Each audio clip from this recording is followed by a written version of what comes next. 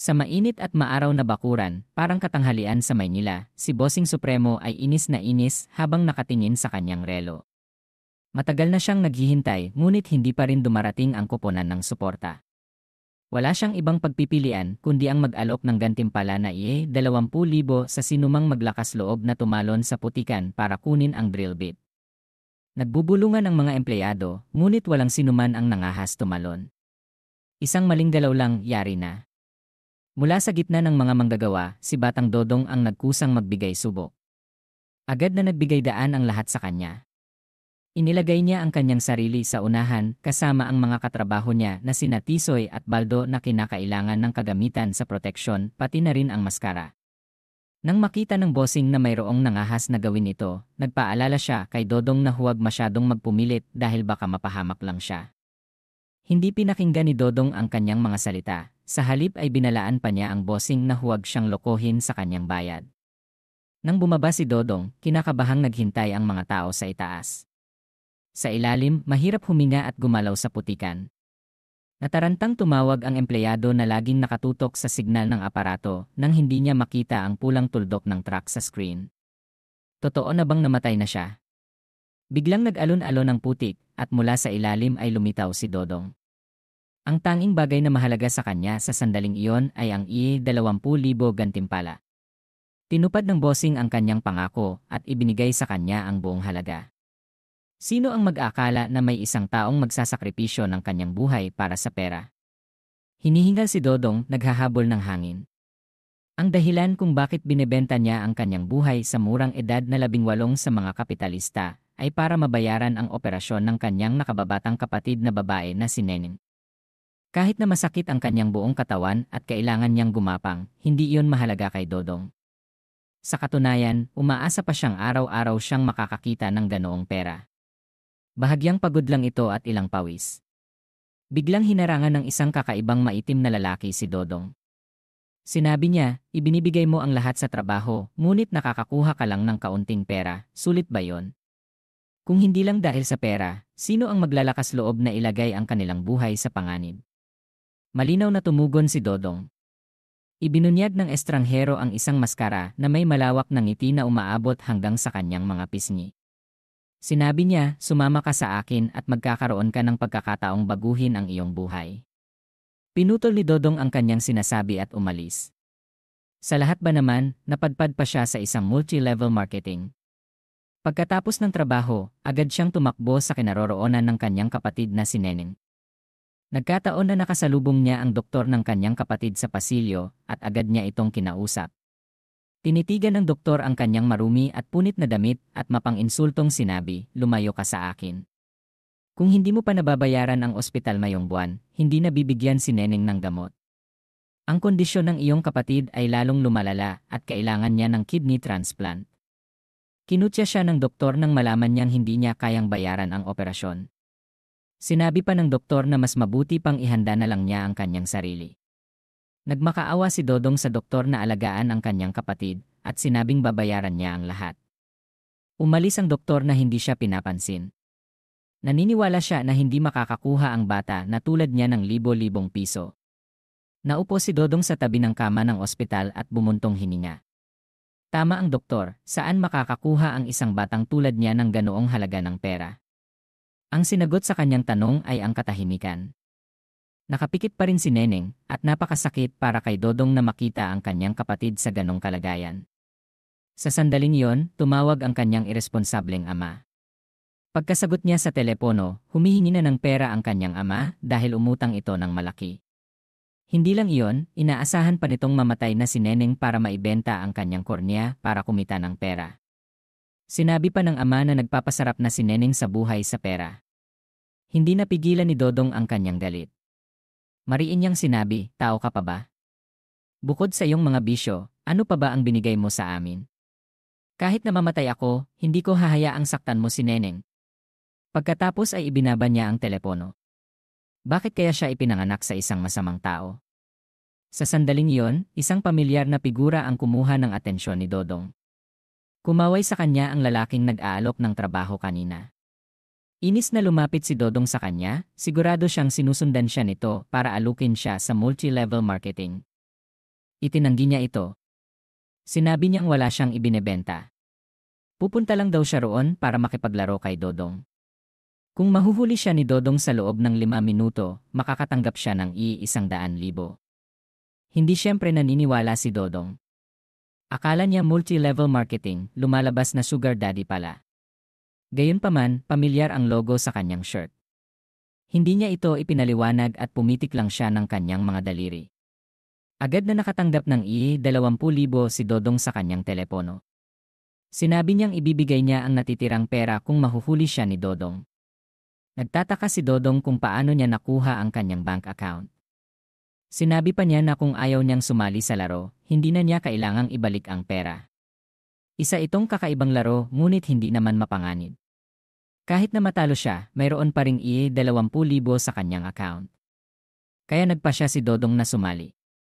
Bago pa man siya makapagtanong tungkol sa mga detalye, nagsimula na ang countdown ng 5 minuto. Umakyat ang estranghero sa bintana at tumalon.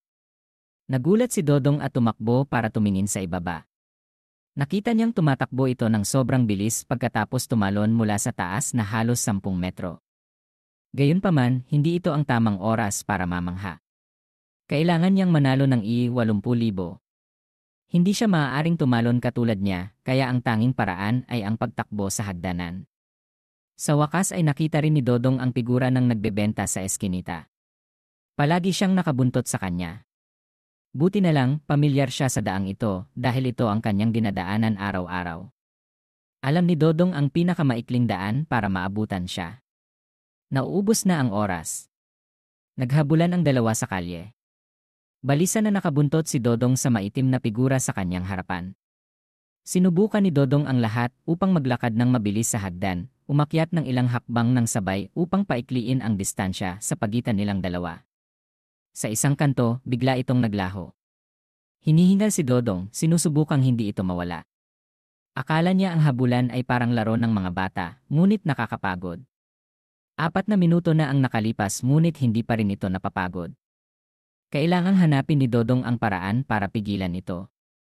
Isa lang ang daan patungo sa itaas. Umakyat din si Dodong sa bubong para hanapin ito. Biglang napatigil si Dodong sa gilid ng bubong. Nahihilo siya sa taas, mahihirapan siyang mabuhay kung tatalon siya. Ngunit lumitaw na ang maitim na figura sa kanyang paningin. Kung tatalon si Dodong ngayon, siguradong maaabutan niya ito, ngunit nag-aalinlangan siya sa taas na ito. 6 na segundo na lang ang natitira. Hinabol ni Dodong ang lalaki, pumikit at tumalon. Hindi pa rin alam ng lalaki kung ano ang papunta sa kanyang ulo. Medyo nagsisisi siya na ordinaryong tao lang si Dodong. Ordinaryong tao lang si Dodong, pero mas mahalaga sa kanya ang kapatid niya. Tumalon siya, hinila ang likod ng damit nito. Lumitaw ang isang metal na detalye na parang mata na nakapagpagulat kay Dodong, ngunit hindi ito ang tamang oras para magulat. Hinila niya ito at sumigaw ng malakas, "Nahuli na kita." Pagkatapos niyang manalo, natanggap niya ang natitirang ₱80,000. Hindi siya makapaniwala na umabot sa 6 na numero ang kanyang account. Inimbitahan siya ng lalaki na sumali sa isa pang laro na may mas malaking gantimpala. Pumayag siyempre si Dodong. Kahit na napakasakit na ng kanyang katawan na halos hindi na siya makahinga, basta mayroon siyang pera para sa pagpapagamot kay Neneng, handa na niyang isakripisyo ang kanyang buhay. Masaya ang lalaki. Inihayag niya ang kanyang robotic na mukha at isinuot kay Dodong ang bracelet na nagpapakilala sa kanya bilang isang manlalaro. Pagkatapos kumpirmahin ng bracelet ang pagkakakilanlan, nahilo si Dodong at bumagsak sa paanan ng lalaki. Lumipas ang ilang oras at binuksan din ni Dodong ang kanyang mga mata. Nagpalit na siya ng ibang damit. Nagulat si Dodong sa tanawing nasa kanyang harapan. Isang pulang abiso ang lumabas na humihiling sa manlalaro na kumpletuhin ang misyon sa loob ng 5 minuto, kailangan nilang mabuhay. Siyempre, hindi niya makakalimutan ang dalawang pangunahing karakter sa senaryong ito. Lumingon ang dalawang cute na bata, lumitaw ang isang nakakatakot na mutadong mukha at ang bibig na may matutulis na ngipin. Hinawakan ni Dodong ang kanyang ulo at naglakad sa mga nabubulok na katawan. Naaalala lang niya na nagsuot siya ng bracelet at pagkatapos ay nawalan siya ng malay. 3 segundo na lang ang natitira. 2 halimaw ang nag-uunahang kumakain ng laman ng ibang tao. Nagpapawis si Dodong sa nakakatakot na tanawing ito. May mali. Sa sandaling ito, natapos ang countdown. Ibinuhos ng mga halimaw ang kanilang atensyon kay Dodong. Tumakbo ito sa kanya ng napakabilis.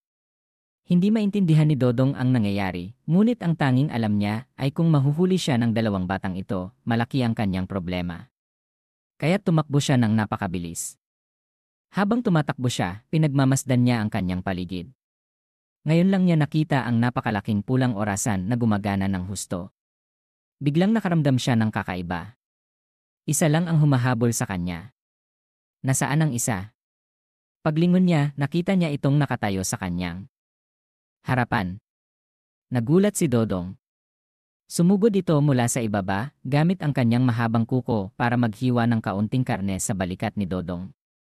Bago pa man niya maramdaman ang sakit, kailangan niyang gawin ang lahat para makaiwas sa kuko. Yakap ni Dodong ang kanyang nanginginig na braso.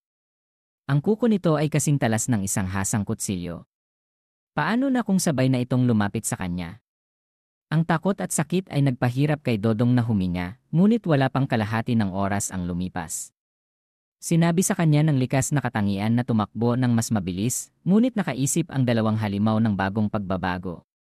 Nagtulungan sila para palakasin ang isa't isa. Ang halimaw ay tumakbo pasulong tulad ng isang nakamamatay na rocket.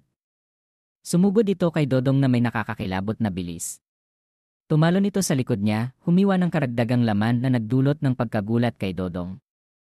Ang bibig na may matutulis na ngipin ay nakabukas na, naghahanda ng kagatin ang balikat ni Dodong. Nagpumilit si Dodong na itulak ito mula sa kanyang likod. Iniulat ng bracelet na ang kanyang tibok ng puso sa oras na ito ay 165, ngunit ang tanging nararamdaman niya ay matinding sakit. Mayroon na lang siyang 2 minuto na natitira para sa kanyang buhay. Sa sandaling ito, sabay na sumugod ang dalawang halimaw. Ang senaryo na pinakanakakatakot kay Dodong ay ang isa sa kanila ay mahuli ang kanyang braso. Nilalaro nito ang pagbali ng kanyang mga daliri. Gusto niyang punitin ang bawat daliri. Ang sakit na dulot nito ay nagdulot kay Dodong ng malakas na sigaw. Hindi na buo ang kanyang mga daliri gaya ng dati. Yakap niya ang kanyang braso habang naggangalit ang mga ngipin habang patuloy na sumusugod ang dalawang halimaw. Ayaw niyang mamatay sa kahabag-habag na paraan.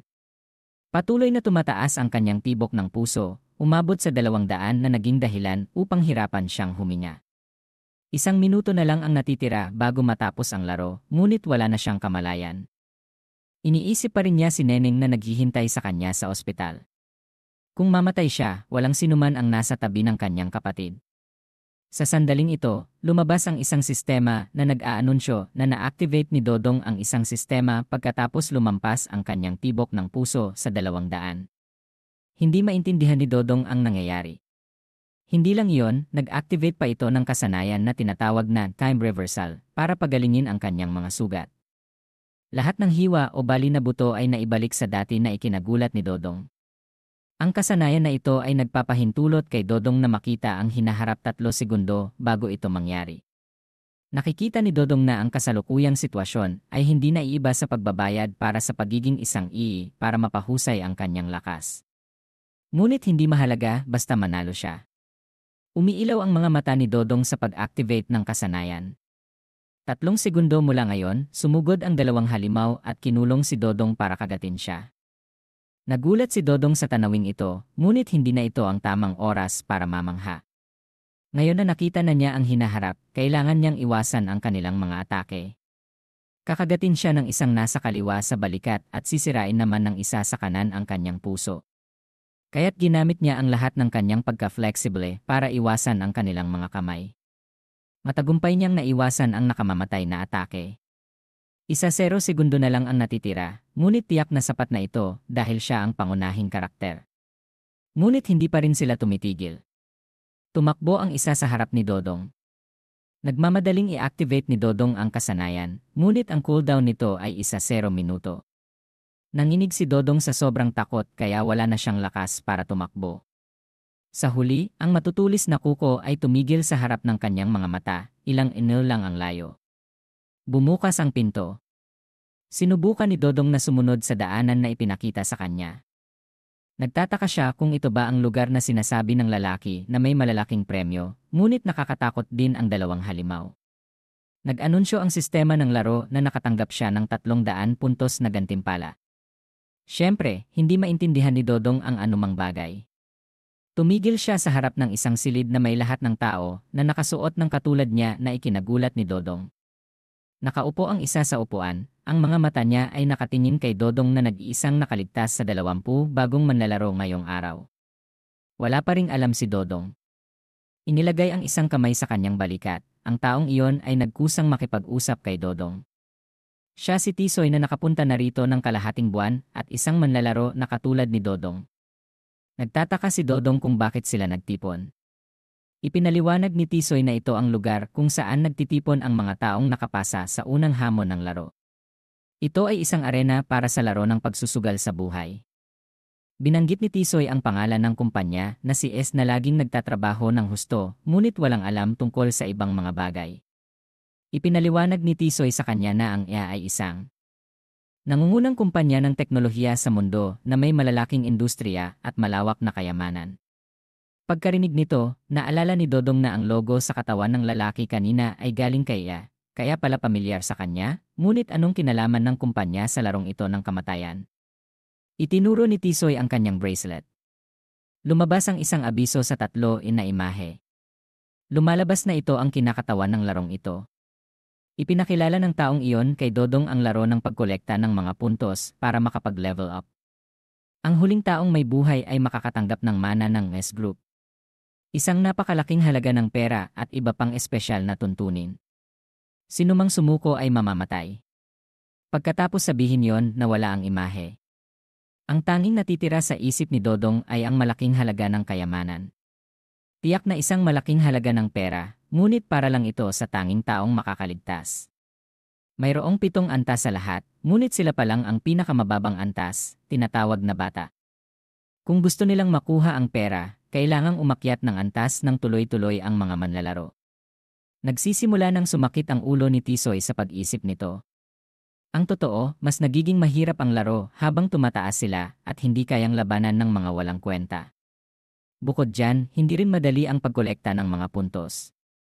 Ang mga puntos ay pera at kailangang bayaran ang lahat gamit ang mga puntos, kahit na ang pagkain at inumin. Bukod dito, mayroon lang limitadong halaga ng pagkain bawat araw at kung minsan, kailangan nilang makipaglaban para lang sa isang kagat. Ngunit kung maubos ang kanilang mga puntos, hindi na sila makakakita ng pera. Kumunot ang noo ni Dodong. Kahit nakaakit-akit ang premyo, muntik na siyang mamatay sa kanyang unang laro. Nakikita niya ang batas na mas mapagsamantala pa kaysa sa mga kapitalista. Nag-iisa pa rin ang kanyang kapatid sa ospital. Tinanong ni Dodong kay Tisoy kung may paraan ba para umalis doon nang hindi sumasali sa laro. Sa sandaling ito, narinig nila ang isang galit na boses. Ang isang manlalaro ay nagwawala dahil hindi siya nakakain ng ilang araw. Bukod dito, kailangan pa niyang makipaglaban sa mga halimaw. Gusto niya ng baliw na tanggalin ang pulsera sa kanyang kamay, at ang resulta ay sumabog ang kanyang buong katawan sa harap ni Dodong. Ito ang sagot sa kanyang tanong. Kung tumanggi siya, mamamatay lang siya. Bumuntong hininga si Dodong, wala itong pinagkaiba sa pagpilit sa kanya na sumali. Nakiramay si Tisoy sa kanya at hiniling lang na magtagumpay siya sa hinaharap. Hindi niya maintindihan kung bakit nag-abala siya na ipaliwanag sa kanya ang laro dahil siya ay baguhan lang at walang maibibigay. Tumawa si Tisoy, pinanood niya ang programa sa telebisyon ni Dodong sa laro kanina. Sa simula, mahina siya, ngunit naging mas mabilis ang kanyang reaksyon kalaunan. Medyo mapanganib sa huling bahagi, ngunit maswerte na natapos na ang oras. Inisip ni Tisoy na walang masama sa pakikipagkaibigan sa isang taong mahusay. Nagulat si Dodong na ang kanyang laro ng kamatayan ay naipalabas bilang isang game show. Ngunit tila hindi nakita ni Tisoy ang kanyang sistema. Para makasigurado, tinanong ni Dodong kung alam ba niya ang tungkol sa kasanayan sa sistema. Nagulat si Tisoy. Sistema? Ano ba yan? Naging matalas ang kanyang mga mata. Hindi ito napansin ni Dodong. Tiyak na isang bagay, walang alam si Tisoy tungkol sa pag-iral ng sistema, ibig sabihin, siya lang ang nakakakita nito. Simula ngayon, mas mabuting hindi na siya magtanong sa iba tungkol dito. Nag-anunsyo sa radyo na 7 oras na at oras na para umuwi sa kulungan ang mga bata. Sa loob ng 30 minuto, kung sino man ang nasa labas ng hostel ay tiyak na mamamatay. Muling nagsalita si Tisoy at ipinaliwanag na ang malayang oras ay mula 8 oras hanggang 8 oras iyan. Sa panahong iyon, maaaring nasa labas ng dormitoryo ang mga manlalaro. Dadalhin na ni Tisoy ngayon sa hostel si Dodong. Sa daan, tinanggap ni Dodong ang katotohanan na kailangan niyang umangkop para mabuhay sa napakasamang lugar na ito. Nagulat si Tisoy sa pagiging kalmado ni Dodong. Tumagal siya ng 3 araw para tanggapin ang kanyang kapalaran, habang si Dodong naman ay tiniyak na ang kanyang kinabukasan. Nasa kwarto ga 24 si Dodong, tapat sa gi-1-0 ni Tisoy. Muling hinihimok ng radyo sila na bumalik sa hostel sa loob ng 5 minuto. Nagpaalam si Tisoy sa kanya at sinabing babalik siya bukas para magkwento sa kanya. Nararamdaman ni Dodong na ang ganda sa pakiramdam na nakilala si Tisoy at mayroon siyang karagdagang impormasyon para mabuhay sa napakasamang lugar na ito. Binuksan ni Dodong ang pinto at pumasok sa kanyang bagong silid. 4 na manlalaro ang nasa loob. Hindi nakatulog si Dodong ng gabing iyon. Iniisip niya ang kanyang kapatid na si Neneng na mag-isang nasa ospital. Kailangan niyang humanap ng paraan para makatakas dito, ngunit bago iyon, kailangan niyang maunawaan ang mga tuntunin. Naalala ni Dodong na hindi pa siya nagbabasa ang tagubilin para sa mga bagong dating. Muli lumabas ang isang 3 screen. Ipinaliwanag ng isang demonyo ang mga tuntunin sa kanya. Pagkatapos kumpletuhin ang unang laro, kailangang simulan ng mga manlalaro ang pagkolekta ng mga personal na puntos. Bawat oras araw-araw, babawasan ng 100 puntos sa anyo ng bayad sa pananatili sa arena. Hanggang sa 0 na lang ang mga puntos ng manlalaro, mawawala sa kanya ang karapatang mabuhay at papatayin siya ng bracelet. Ang kasalukuyang antas ni Dodong ay bata. Pagkatapos makuha ang 1-0, 0-0-0 puntos, magkakaroon siya ng pagsubok para makapag-level up sa antas ng estudyante. Bumuntong hininga si Dodong. Kailangan niya ng 1-0, 0-0-0 puntos habang nakakakuha lang siya ng 300 puntos sa bawat laro. Bukod dito, babawasan pa siya ng 100 puntos bawat araw para manatiling buhay. Kailangan din niyang magbayad para sa pagkain. Kailan siya yayaman? Sa bawat laro, maglalagay ang arena ng ibang mga halimaw para makihalubilo sa mga manlalaro. Mayroong 3 antas ng kahirapan, baguhan, intermediate, at advanced batay sa tagal, lokasyon, halimaw, at bilang ng mga kalahok. Siyempre, iba rin ang mga gantimpala para sa bawat bahagi. Makakatanggap ang mga manlalaro ng 300 puntos para sa pinakamadaling antas. Habang mas mahirap, mas malaki ang gantimpala. Kailangang sumali ang mga manlalaro sa hindi bababa sa isang laro bawat araw kung hindi nila gustong parusahan o magbayad ng 500 puntos para maiwasan ang tuntunin na ito sa loob ng isang araw. Iniisip ang nakakagulat na tanawin ng una siyang sumali sa laro, medyo nawala ng pag-asa si Dodong, ngunit hindi siya maaaring sumuko. Kung gusto niyang mabuhay, kailangan niyang maging malakas. Sa sandaling ito, nakatanggap siya ng mensahe mula sa sistema. Nagulat si Dodong at tumingin sa paligid para makita kung may gising. Pinatunayan niya na ang 4 na tao ay natutulog. Pagkatapos ay binuksan niya ang mensahe. Ang sistema ay magbibigay ng isang mode ng pagsasanay sa pag-unlad ng manlalaro. Buksan nito ang lugar ng pagsasanay kay Dodong, ngunit 1 beses lang siya makakapag-ensayo bawat araw. Agad na kinumpirma ni Dodong. Ang paligid sa kanya ay puti na naging dahilan para mamangha siya. Magbibigay ang sistema ng mga larong na kumpleto ng mga manlalaro sa arena araw-araw sa simulate mode. Nagsisimula sa 2 halimaw, kailangan pa rin niyang magtagumpay sa loob ng 5 minuto. Kung mabigo siya, mawawalan si Dodong ng 100 puntos. Gayunpaman, sa lugar ng pagsasanay, hindi magdudulot ng totoong pinsala sa kanya ang mga halimaw. Bumuntong hininga si Dodong. Hindi siya makapaniwala na kailangan niyang mabuhay sa isang laro sa hating gabi, ngunit kailangan niyang magpatuloy kung nagsimula na siya. Kinabukasan, hindi nakita ni Tisoy si Dodong at nagtataka kung saan siya pumunta. Nagsali na ba siya kaagad sa hamon ngayon? Malabong makatulog siya. Mataas pa naman ang pagtingin niya sa kanya. Biglang nagulat at natigilan si Tisoy. Nagmula na ang pamilyar na figura ni Dodong sa arena. Kumaway si Tisoy para tawagin si Dodong. Gumising siya ng maaga at sinimulan na kaagad ang hamon. Sinabi ni Dodong na gusto niyang umangkop sa ritmo. Si Dodong ay naririto, ngunit gusto niyang subukan kung may silbi ang mga pinag-aralan niya kagabi. Kagabi, nakipagbuno siya sa dalawang maliliit na demonyo na humabol sa kanya na parang nagugutom na katulad noong araw. Alam ni Dodong na kunwari lang iyon, ngunit nakaramdam pa rin siya ng pagmamadali at takot, ngunit hindi pa rin nagtagumpay si Dodong laban sa mga halimaw. Pakiramdam pa nga niya ay mas mabilis pa silang gumalaw kaysa dati. Ayon sa batas, babawasan siya ng 100 puntos, ngunit binuksan ulit ng sistema ang mode ng pagpapalakas ng katawan para kay Dodong. Mayroon siyang 3 oras para tapusin ang misyon. Tuwang-tuwa si Dodong, buti na lang kahit na hindi niya matapos ang hamon sa simulation, mayroon pa ring mode ng pagsasanay para mapalakas ang kanyang katawan. Kaya't nakipagbuno si Dodong sa mga aksyon na parang nasa pelikula mula sa sistema ng gabing iyon. Sa simula, nabigo siya ng husto, ngunit pagkatapos ng pagsasanay, hindi pa rin niya matapos ang mga komplikadong galaw. Pagkatapos ng 3 oras na pagtalon, bumalik si Dodong sa bilangguan. Kahit na nagtagal siya ng ilang oras sa pagsasanay, parang 1 segundo lang sa totoong buhay. Maaaring magkaibang linya ng oras ito. Salamat dyan, nagkaroon si Dodong ng oras para matulog at makabawi ng lakas. Pagkatapos ng laro ngayong umaga, sigurado siyang talagang pinahusay ng sistema ang kanyang mga kasanayan. Nakita siya ni Tisoy na halos hindi makagalaw at kinawayan siya para gisingin. Dadalhin niya raw si Dodong para bisitahin ang lugar. Teka, sabi ni Dodong. Nagtataka siya kung maaari pa ba siyang maglaro. Sabi nga ng sistema, kailangan niyang maglaro ng 1 bawat araw. Okay ka lang ba? Nagtatakang tanong ni Tisoy. Kung mag-uulit, tataasan ng arena ang kahirapan. Walang gustong maglaro ulit pagkatapos magpagod sa unang laro. Pati ang isang dumadaan ay nakaramdam ng kawalan ng katarungan sa tanong ni Dodong.